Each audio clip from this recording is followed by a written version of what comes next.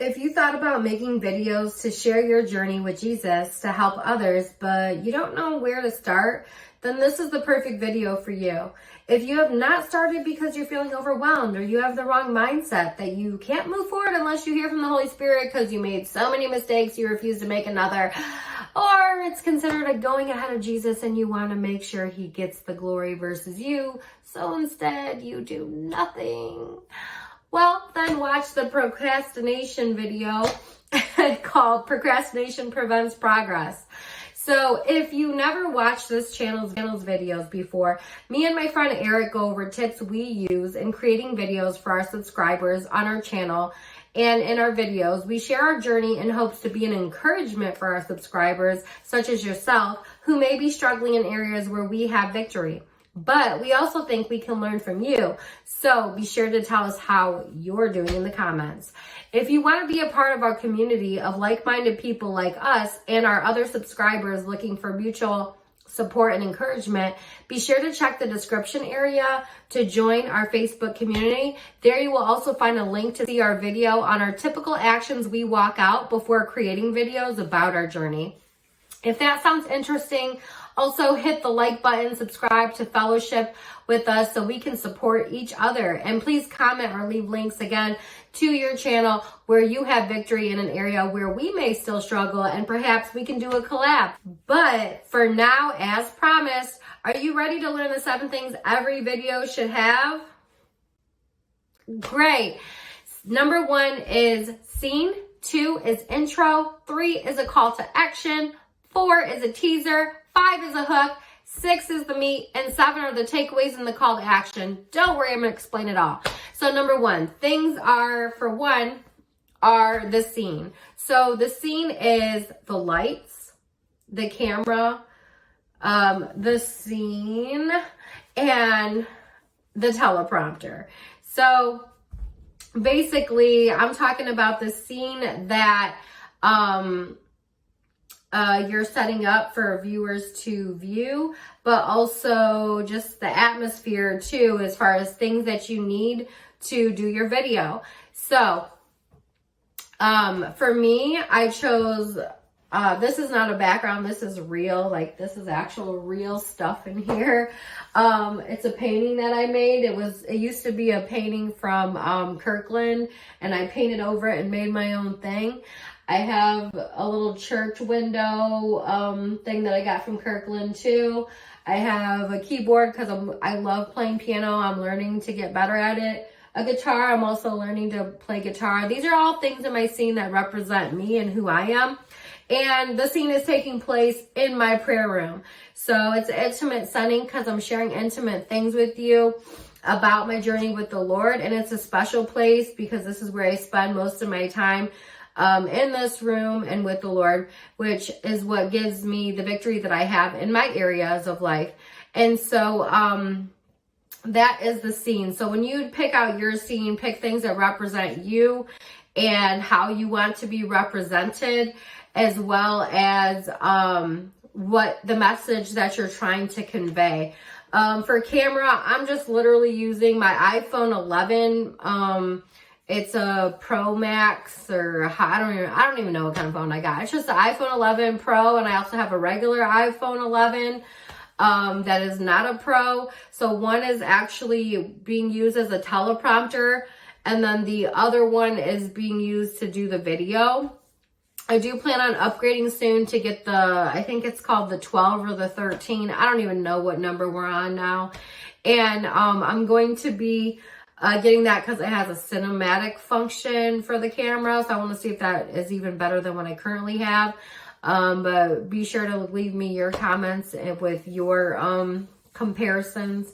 And then next, you want to have good lighting. So this room doesn't have the best lighting, but I am using a ring light from Best Buy. They have them there for, I think, like $75 something.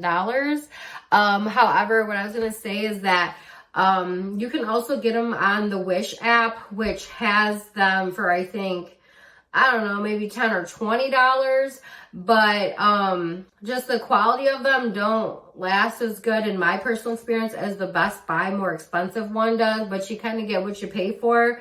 It like broke pretty not long after I had it, but it worked temporarily. It did the job.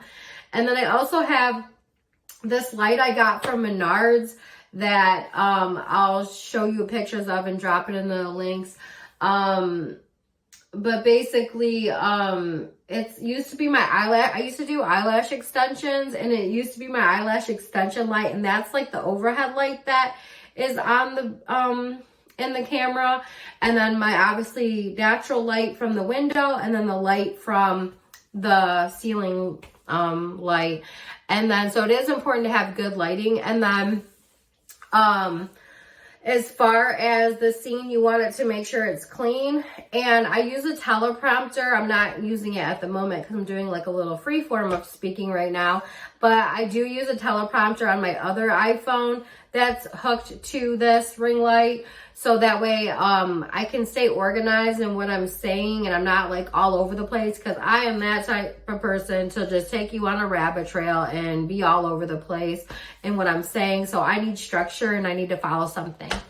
2, next thing you want to have in your video is an intro. So say what you are about to, say what you're about and what your subscribers can expect from you in your videos, in your first, in your intro and in your intro video. And so, for me, when I did this video, I right off the bat said, if you thought about making videos to share your journey with Jesus, because I'm trying to gain subscribers that are like me, just starting out, let's support each other. So like I'm doing that call to action. And I'm also telling you that my videos are about just sharing my journey, my walk with him.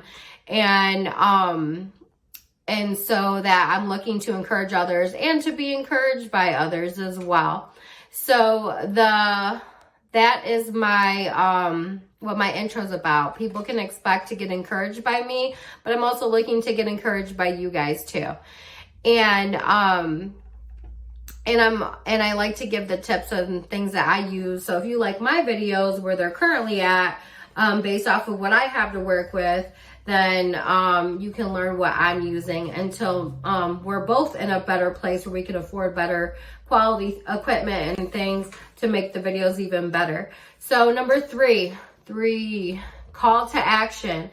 So with 3, the call to action is asking if they find benefit in the video. So like if you're finding benefit in the videos, I had already asked you earlier to be an encouragement to me, as I hope to be an encouragement to you. And you can do that for me by liking, commenting, subscribing, and hitting the bell for notifications.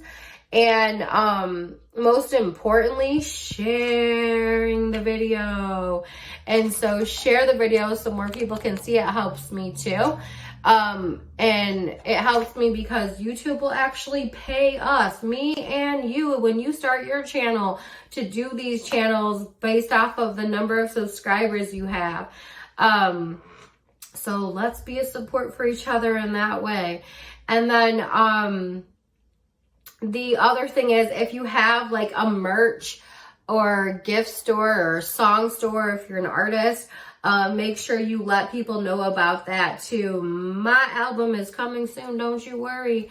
And then 4th is the teaser. So what is the goal of the video? So for this video, do you want to learn 7 things every video should have in its content, which I went over. And then 5 is the hook. So what are those 7 things that you are going to tell them about? And then 6 is the meat, clarifying and elaborating the details of each of those 7 things that, or whatever it is for you that you said you were going to tell them about. And so that's like where we are at right now. We're talking about breaking those 7 things down. And then 7 is the takeaways. So start with so the takeaways of this video are, start with what you have. You might not even have an iPhone 11. You might have a government phone, okay? The Obama phone. I had one of those. If that's all I had to start with, I'm going to start with it because the message is more important than the quality, and the message will win over the quality every time. So I had a company in Michigan, a brick and mortar escape room company, and it wasn't the best quality compared to some of my competitors, but I gave an awesome experience. I made sure my employees gave an awesome experience. And so people kept coming back for the experience, even though the quality of the room maybe wasn't as sweet as like some of my competing escape room owners had. But it was all about the presentation, working with what you do got, and your delivery of how you're delivering it. So definitely start wherever you at. Don't let nothing hold you back in terms of not having the most expensive speedest gear. You can work up to that. You can save. You can just steward over what you have first, and then pray for what you need. Second takeaway, just pray to the Lord for what you need. If you really need it, He's going to give it to you or tell you how to get it. If it's something you actually truly need in your walk or your journey. So, also you are called to share the gospel. Third takeaway, to be a light for others. So start now. And so that last takeaway is watch the Procrastination Prevents Progress video. If you're still overwhelmed or stuck, or if, or whatever your complaint or issue is, it's a good video to watch.